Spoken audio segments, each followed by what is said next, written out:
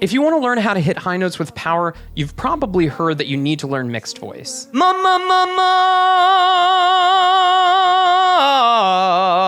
But is mixed voice the key to your dreams or out of style? Let's go. Mixed voice, or the seamless blend from the chest voice going up to the head voice and back down, is a concept that has been around for centuries. Even going back to the 16th century, monks in the papal choir were trying to figure out how to get men, because they didn't allow women to sing in the choir, they were trying to figure out how to get men to sing in those top parts of their voice with power and presence. Through a lot of trial and error, they found that there were some strange exercises that actually made bridging those two different vocal registers a lot easier. That's how mixed voice was created. Well, fast forward several hundred years, and in the 70s, 80s, and 90s, mixed voice singing dominates all of pop singing, from singers like Barry Manilow all the way to Chris Cornell. But since the mid-2000s, vocal aesthetics, the sound of different vocal styles in popular music, has changed a lot. Notably, many singers have been singing in a much lighter, non-mixy way. Singers like Billie Eilish, Olivia Rodrigo, Maggie Rogers, and Charlie Puth are all singing with a much lighter approach, whether they're singing in the bottom of their voice or even at the very top. Since those are some of the most successful singers in music right now, it all kind of begs the question, is mixed voice still worth learning? Here are the pros and cons. The biggest benefit to learning to sing with mixed voice is being able to hit high notes with a lot of power. Basically, if you sing in just head voice, all you'll have is a really breathy, hollow falsetto.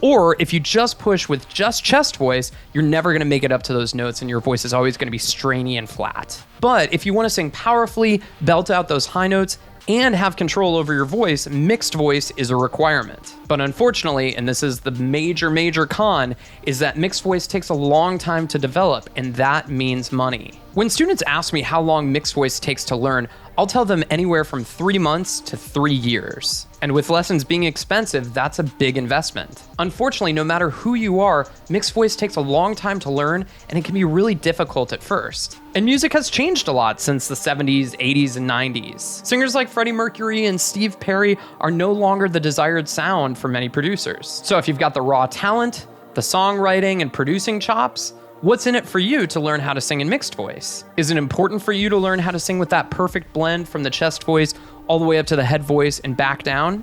Even some of the producers that I work with who don't necessarily think of themselves as lead singers can still put down a vocal line that sounds absolutely amazing.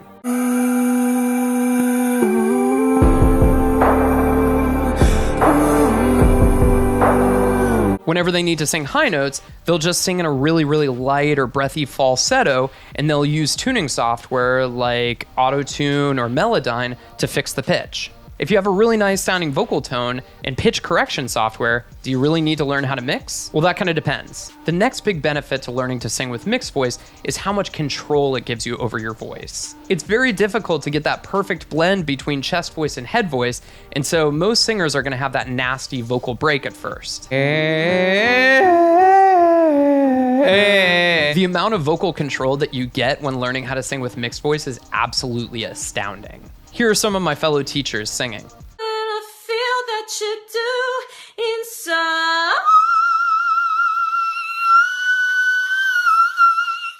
Are too good to be true.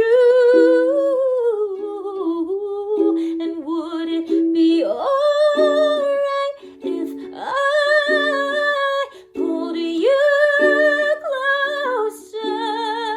But does this amount of vocal control really matter when the vocal aesthetics are changing so much? It seems like the whispery, breathy kind of mode of singing is the clear winner in popular music. Or is it? When you look at the current charts, it's almost an even split. If you want to learn how to sing like The Weeknd, Lizzo, Ed Sheeran, and Harry Styles, all these folks are fantastic mixers. Even though mixed voice may not be as popular as it was back in the 80s and 90s, it's still an incredibly popular vocal technique in lots of music today. But even if mixed voice is completely out of style for some vocal styles, there's still one crucial reason to learn to sing with mixed voice. Once you've found your mixed voice, you've got it for life.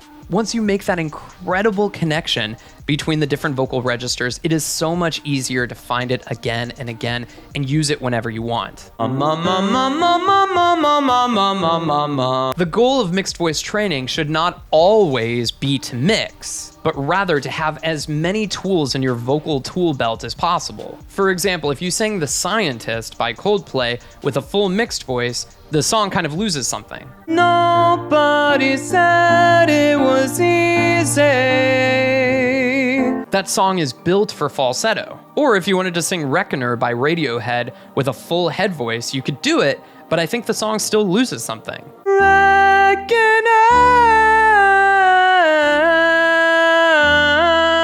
On the other hand, if you try to sing a beltier song like Grenade by Bruno Mars without a mixed voice, it's gonna sound hollow and flat. I'd catch a grenade for ya, throw my hand on a blade for ya. Getting that mixed voice sound so that you can hit those high notes with power or just sing through your bridges without disconnecting to falsetto is another color that you can use as a vocal artist. If you already have mixed voice, you can easily choose to sing a lighter and breathier kind of falsetto-y sound. That's easy to do once you found mixed voice because it's not the default. Even Billie Eilish, the queen of breathy pop, learned how to sing in mixed voice first. Don't believe me? Here's Billie Eilish singing a cover of Fallen by Alicia Keys.